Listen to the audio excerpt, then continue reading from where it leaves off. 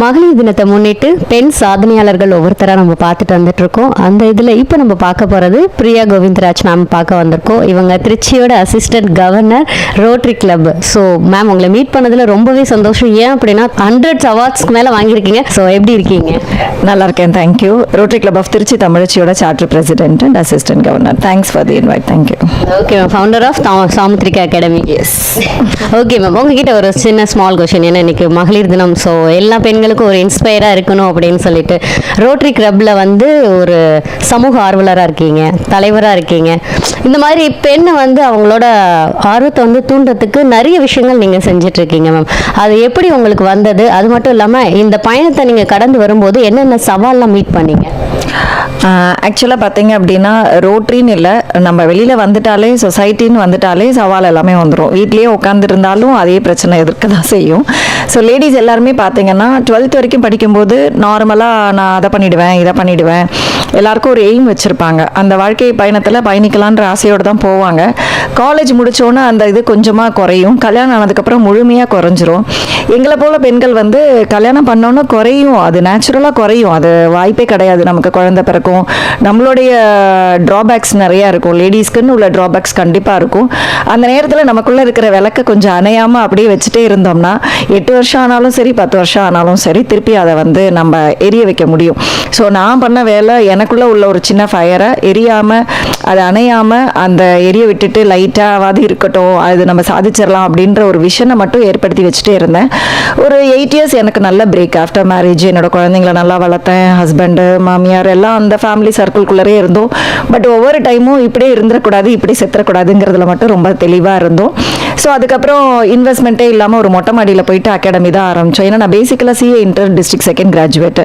நல்லா படிச்சிருக்கோம். படித்து முடிச்சுட்டு நம்ம 2 குழந்தைங்களை பெற்றுட்டு அப்படியே வீட்டிலே செட்டில் ஆகும்போது கம்ஃபர்ட் ஜோனுக்கு வந்துடுவோம். கம்ஃபர்ட் ஜோன்னா புருஷன் சம்பாரிச்சு கொடுப்பாரு, நல்லா வீட்டில் சமைச்சு நல்லா சாப்பிட்டுட்டு தூங்கிட்டு நல்லா இருக்கலாம். அது ஒரு மாதிரியான வாழ்க்கை, அதையும் நம்ம நல்லா அனுபவிக்கலாம். பட் அதையும் அனுபவிச்சுட்டு பண்ணுறதுக்கு நம்ம படிச்சிருக்கவே வேணாம் அப்படின்னு தோணும் எனக்கு. ஸோ ரொம்ப ஸ்ட்ரகிள்ஸ் இருக்கும். அப்படி நம்ம வெளியில் வந்து சொசைட்டி பார்க்கும்போது நமக்கு நிறைய ஆப்பர்ச்சுனிட்டிஸ் கிடைக்கும். எந்த ஆப்பர்ச்சுனிட்டிஸும் ஒரு தடவை கதவை தட்டிடுச்சுன்னா திருப்பி வந்து கதவு தட்டுறதுக்கு ரொம்ப நேரம் ஆகிடும். அதனால் கதவை தட்டும் போதே ரோட்டரியாக இருக்கட்டும், இன்னர்வீலாக இருக்கட்டும், ஏதாவது ஒரு கிளப்பாக இருக்கட்டும், எந்த பதவிகளாக இருக்கட்டும், இந்த வருஷம் assistant governor, next year district secretary public இமேஜ்னு ஒரு பெரிய பொறுப்பு எடுத்திருக்கேன். ஸோ இந்த மாதிரி பதவிகளுக்கு போகும்பொழுது பல ஆண்களுக்கு மத்தியில் பெண்களுக்கு ஒரு வாய்ப்பு கிடைக்கும் போது அதை நிராகரிக்காமல் எடுக்கணும். அதில் நம்மளோட பெஸ்ட்டை கொடுத்தா போதும். நம்ம யார் கூடயும் போட்டியெல்லாம் போடவே வேணாம். நமக்கு நம்ம ஒரு பெரிய காம்படிட்டராக வந்தாலே போதும். சவாலை சமாளிக்கிறதெல்லாம் பெரிய மேட்ரே கிடையாது. பெண்கள் வந்து பயங்கர ஸ்ட்ராங்கு. நம்ம நல்லா படிச்சிருக்கோம், நல்லா பேசுவோம், நல்லா பழகுவோம், நமக்கு தெரியாத விஷயமே கிடையாது. லேடிஸ் எல்லாத்தையும் யூஸ் பண்ணிக்கணும், அவ்வளோதான். எந்தெந்த ஆப்பர்ச்சுனிட்டிஸ் இருக்கோ எல்லாத்தையும் யூஸ் பண்ணணும். நான் வந்து எதையுமே கண்டுக்க மாட்டேன். என்னோட இன்னர் ஹாப்பினஸ் ரொம்ப இம்பார்ட்டன்ட்டுன்னு போயிட்டுருக்கிற ஆள். மை இன்னர் ஹாப்பினஸ் அப்படியே இருக்கிறதுனால நான் ஜாலியாக என்ஜாய் பண்ணிகிட்ருக்கேன் பிஸ்னஸும். ஸோ இன்றைக்கி நிறையா நாங்கள் பண்ணிகிட்ருக்கோம் அப்படின்னா அதுதான் ரீசன். ரொம்பவே சூப்பர் மேம், சொன்னது அழகாக மோட்டிவேட்டாக இருந்தது எங்களுக்குமே. அது மட்டும் இல்லாமல் நீங்கள் சொன்னதில் ஒரு உண்மை, நிறைய பெண்கள் வந்து சொசைட்டி நம்மளை எப்படி பார்க்குமோ அப்படின்னு சொல்லிட்டு அந்த ஒரு திங்க் இருக்கிறதுனாலே அவங்களால வெளியிலேருந்து வர முடியல. ஸோ நீங்கள் கொடுத்தது எதையும் கவலைப்படாத, உன்னால் முடியும்னா நீ கண்டிப்பாக வா. ஜட்ஜ்மெண்ட் வந்து நிறையா பண்ணுவாங்க, ஜட்ஜ் பண்ணுவாங்க. நீங்கள் என்னை பார்த்தாலே டக்குன்னு பார்ப்பாங்க, இவங்க ரொம்ப கோவக்காரங்க, பயங்கரமாக பேசுவாங்க, ரொம்ப ஷார்ப்பாக பேசிடுவாங்க. நான் கரெக்டாக இருக்கிறது எல்லாருக்கும் கொஞ்சம் கஷ்டமாக தான் இருக்கும். பட் நான் கரெக்டாக இருக்கிறது எனக்கு பிடிச்சிருக்கும். அப்புறம் ஒரு 1 இயர் கழிச்சு சொல்லுவாங்க அவங்க தான் பர்ஃபெக்ட் அப்படின்வாங்க. அதனால் அந்த விமர்சனத்துக்கே போக வேணாம், அடுத்தவங்க நம்மளை ஜட்ஜ் பண்ண வேணாம். நமக்கு நல்லாவே தெரியும். நான் அடிக்கடி ஒரு விஷயம் சொல்லுவேன், நம்ம ஏதாவது ஒரு தப்பு பண்ணுறோம், கரெக்ட் பண்ணுறோம் அப்படின்னா நம்மளை சுற்றி இருக்கிறவங்கள ஏமாற்றி பண்ணிடலாம். கடவுள்னு ஒருத்தர் இருக்காரா இல்லையாங்கிறது ஒரு விமர்சனத்துக்குரியது தான். அதை கூட நம்ம ஏமாத்திடலாம். கடவுள் என்ன நேராக வந்து கையை பிடிக்க போகிற தப்பு பண்ணால் அப்பெல்லாம் கிடையாது. பட் நமக்கே தெரியாமல் ஒரு தப்பை நம்ம பண்ணிட்டோன்னு வாழ்க்கையில் சொல்லவே முடியாது. ஸோ அந்த கான்ஷியஸ் நான் எப்பயுமே எடுத்துக்குவேன். எனக்கு தெரிஞ்சதை மட்டும்தான் நான் கரெக்டாக பண்ணுவேன். எனக்கு தப்புன்னு தெரியறதை நான் பண்ணவே மாட்டேன். Too much of straightforward, அது ரொம்ப கஷ்டம் தான். லேடிஸில் நீங்கள் எல்லாத்துக்கும் வளைஞ்சு நெளிஞ்சு போகக்கூடிய ஆட்கள் இருப்பாங்க. சில பேர் எங்களை மாதிரி நாங்கள் இப்படி தான் இருப்போம் அப்படின்னு ஸ்ட்ரெயிட் ஃபார்வர்டாக இருக்கும் பொழுது நிறைய விமர்சனங்கள் வரும். அதை என்ஜாய் பண்ணிக்கணும். நல்லா இருக்குல்ல, ஜாலியாக தான் இருக்கும். கொஞ்சம் ஸ்ட்ராங் விமனாக இருந்தால் கொஞ்சம் ஆட்டி தான் பார்ப்பாங்க. அப்படி இருக்கும்போது அதை நம்ம தடைகளை தாண்டி வரலாம். அப்போ என்னை எடுத்துட்டிங்கன்னா நான் வெறும் மொட்டை மாடியில் ஆரம்பித்த ஒரு அகாடமி தான். எனக்கெல்லாம் கற்பனை வந்து இப்படிலாம் பண்ணணும்னு ரொம்ப ஆசை இருக்கும். பட் அதுக்கான சோர்ஸு அதெல்லாம் எடுத்துகிட்டு போகிறதுக்கு நமக்கு டைமும் இருக்காது, இருக்காது, அது மாதிரி ஒரு விஷனும் இருக்காது. ஆனால் நம்ம பாதையில் வரும்பொழுது அந்த ஃப்ளோவில் நமக்கு கடவுள் நிறைய பிளெஸிங்ஸ் கொடுப்பார். நம்ம எதெல்லாம் பண்ணியிருக்கிறோமோ அதுக்கான அங்கீகாரம் வந்து கிடைச்சிட்டே இருக்கும். இப்போ நீங்கள் வந்து பேட்டி எடுக்கிறது கூட அப்படி தான் இல்லையா? ஸோ ஒரு சின்ன ரெகக்னிஷன் வந்து அடுத்த லெவல் போகிறதுக்கு நமக்கு உந்துதலாக இருக்கும். இது எதுவுமே கவனிக்கவே வேணாம். நான் பர்ஃபெக்டாக இருக்கேனான்றது நமக்கு தெரியணும். ஃபஸ்ட்டு நம்ம செல்ஃப் சாட்டிஸ்ஃபைடாக இருக்கணும். அடுத்தவங்களெல்லாம் ரொம்ப சாட்டிஸ்ஃபை பண்ணணும், ஜட்ஜ் பண்ணால் நம்ம அப்படி இருக்கணும், அதெல்லாம் கடந்து போயிடும். நீங்கள் நல்லா இருந்தால் நல்லா இருக்கீங்கன்னு சொல்லுவாங்க, நல்லா இல்லைன்னா நல்லா இல்லைன்னு சொல்லுவாங்க. அதனால் எல்லாத்தையும் என்ஜாய் பண்ண கற்றுக்கோங்கன்றது என்னுடைய தாட்டை.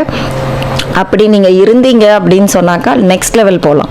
அப்படி இல்லை அப்படின்னா டிப்ரெஷன் ஸ்டேட் போகலாம். So we have to choose, that's all.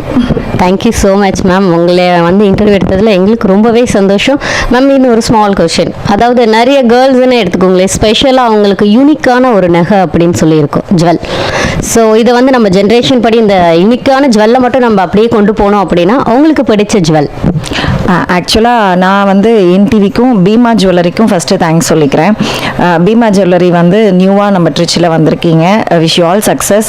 ரொம்ப நல்லா இங்கே ட்ரிச்சியில் பிஸ்னஸ் பண்ணுறது ரொம்ப ஜாலியாக இருக்கும். நிறைய மக்கள் உங்களுக்கு நல்லா கை கொடுப்பாங்க. ஏன் அப்படின்னா எனக்கு தெரிஞ்சு நான் மற்ற ஊரில் பிஸ்னஸ் பண்ணதுக்கும் ட்ரிச்சிக்கும் எனக்கு ரொம்ப பிடிக்கும். யாரா ட்ரிச்சியில் பிஸ்னஸ் பண்ணுறீங்க அப்படின்னு சொன்னால் நான் சொல்லுவேன், ஐயோ விஷ் யூ ஆல் சக்ஸஸ், சீக்கிரமாக ஜெயிச்சு வந்துடுவீங்க அப்படின்னு சொல்லுவேன் நான். ஏன்னா படிப்பாக இருக்கட்டும் பிஸ்னஸாக இருக்கட்டும் ட்ரிச்சியில் வந்து ஈஸியாக கோத்ரூ பண்ண முடியும்.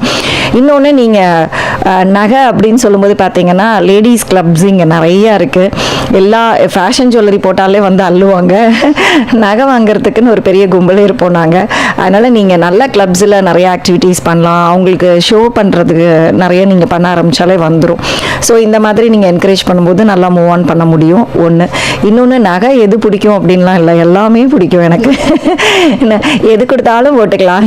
என்னோட பெரிய மைண்ட் செட் என்னென்னா, எங்கள் அம்மாலாம் முதல்லேருந்தே சொல்லுவாங்க, உனக்கு எவ்வளோ போட்டாலும் கொள்ளும் அப்படின்வாங்க. அதனால நான் எனக்கு என்னென்ன மேட்சாக இருக்கோ ட்ரெஸ்ஸுக்கு தகுந்த மாதிரி போடுவேன். மோஸ்ட்லி இப்போ எல்லாருமே ஃபேஷன் ஜுவல்லரிஸ்க்கு மாறிட்டோம். பட் மேரேஜ் அந்த மாதிரி போகும்போது ஜுவல்லரிஸ் தான் நிறையா போடுவோம். மேக்ஸிமம் பார்த்தீங்க அப்படின்னா எங்களை மாதிரி ஒரு காடியாக நிறைய போடுறதெல்லாம் பிடிக்கும். பட் ஆனால் சியூட் ஆகுமா, அந்த நேரத்துக்கு அது செட் ஆகுமான்னு தெரியாது. ஸோ இப்போ பார்த்தீங்க அப்படின்னாக்கா எலைட்டாக நிறைய ஜுவல்லரிஸ் வந்துருச்சு. ஸோ அந்த மாதிரி ஜுவல்ஸ் வந்து எல்லாருக்கும் மேட்சிங்காக குட்டி குட்டியாக, நான் பார்த்தீங்கன்னா நெக்லஸே குட்டி குட்டியாக நிறையா வச்சுருப்பேன். இப்போ எல்லா சாரீஸ்க்கும் மேட்ச் ஆகிற மாதிரி போட்டுக்கிற மாதிரி. ஸோ அந்த மாதிரி ஜுவல்ஸ் எனக்கு ரொம்பவே பிடிக்கும். ஜுவல்ஸ் நார்மலாக பிடிக்காத பொம்பளைங்க இருப்பாங்களா, அதனால் எல்லாருக்குமே பிடிக்கும். அது ஒன்று. இன்னொன்று, இப்போ யங் ஜென்ரேஷனுக்கு ரொம்ப மெல்லிஸாக போடுறது பிடிச்சிருக்கு. இப்போ எனக்கு ஒரு மாதிரி பிடிக்குதுன்னா என் டாட்டர்ஸ்க்கு எல்லாருக்கும் வேறு டேஸ்ட்டாக இருக்குது. ஸோ பெரிய நகை கடையில் அந்த மாதிரி ஜுவல்ஸ் நிறையா நீங்கள் வைக்கலாங்கிறது ஒரு சஜஷன் தான். ஸோ அந்த இது பார்த்தீங்கன்னா மெல்லிஸாக இருக்கும்போது எல்லாருக்கும் ரொம்பவே பிடிச்சது. சுடிதாருக்காக இருக்கட்டும், ஃபேஷன் ஜுவல்லரிஸ் மாதிரி ஒரு கோல்டாக இருக்கட்டும், தே வில் யூஸ். ஸோ அதுதான் suggestion. Thank you so much ma'am. உங்களுக்கு சயின்டிவி சார்பாக பீமா ஜுவல்லரியோட சார்பாக happy women's day ma'am. Thank you so much. And நிறைய இன்றைக்கி பெண்கள் வந்திருக்கீங்க. Wish all success. நிறையா பாருங்கள், உங்களோட துறையில் நீங்கள் நிறையா சாதிக்கணும்னு நினைங்க. சாதிக்கிறோமா இல்லையான்னு யாருக்கும் கணக்கெலாம் காட்ட வேண்டாம். ஸோ அதனால் எதில் இருக்கீங்களோ அதில் உங்களுடைய ஃபுல் எஃபோர்ட் போடணும். என்னோடது அப்படி தான் நான் சொல்வேன். நான் 100% எஃபோர்ட்ஸ்லாம் போடாதீங்க. 200% போட்டுட்டு மீதி கடவுள்கிட்ட கேட்டோம்னா ஹி வில் கிவ், இல்லையா? So don't stop and wish all success. And ட்ரிச்சியில் உள்ள பெண்கள் அத்தனை பேருக்கும், இந்த நிகழ்ச்சி பார்க்குற அத்தனை பேருக்கும் happy women's day. And Samudrika academy சார்பாக சொல்கிறோம், இது ஒரு நியூ அகாடமியாக நம்ம இப்போ தான் மினிஸ்டர் வச்சு ஸ்டார்ட் பண்ணோம். ஃபர்ஸ்ட் இன்டர்வியூ ஒரு டிவி ஷோ இங்கே பண்ணிகிட்ருக்கோம். I'm so happy. Thanks for coming everyone. Thank you. Thanks for the opportunity. Thank you so much. Thank you.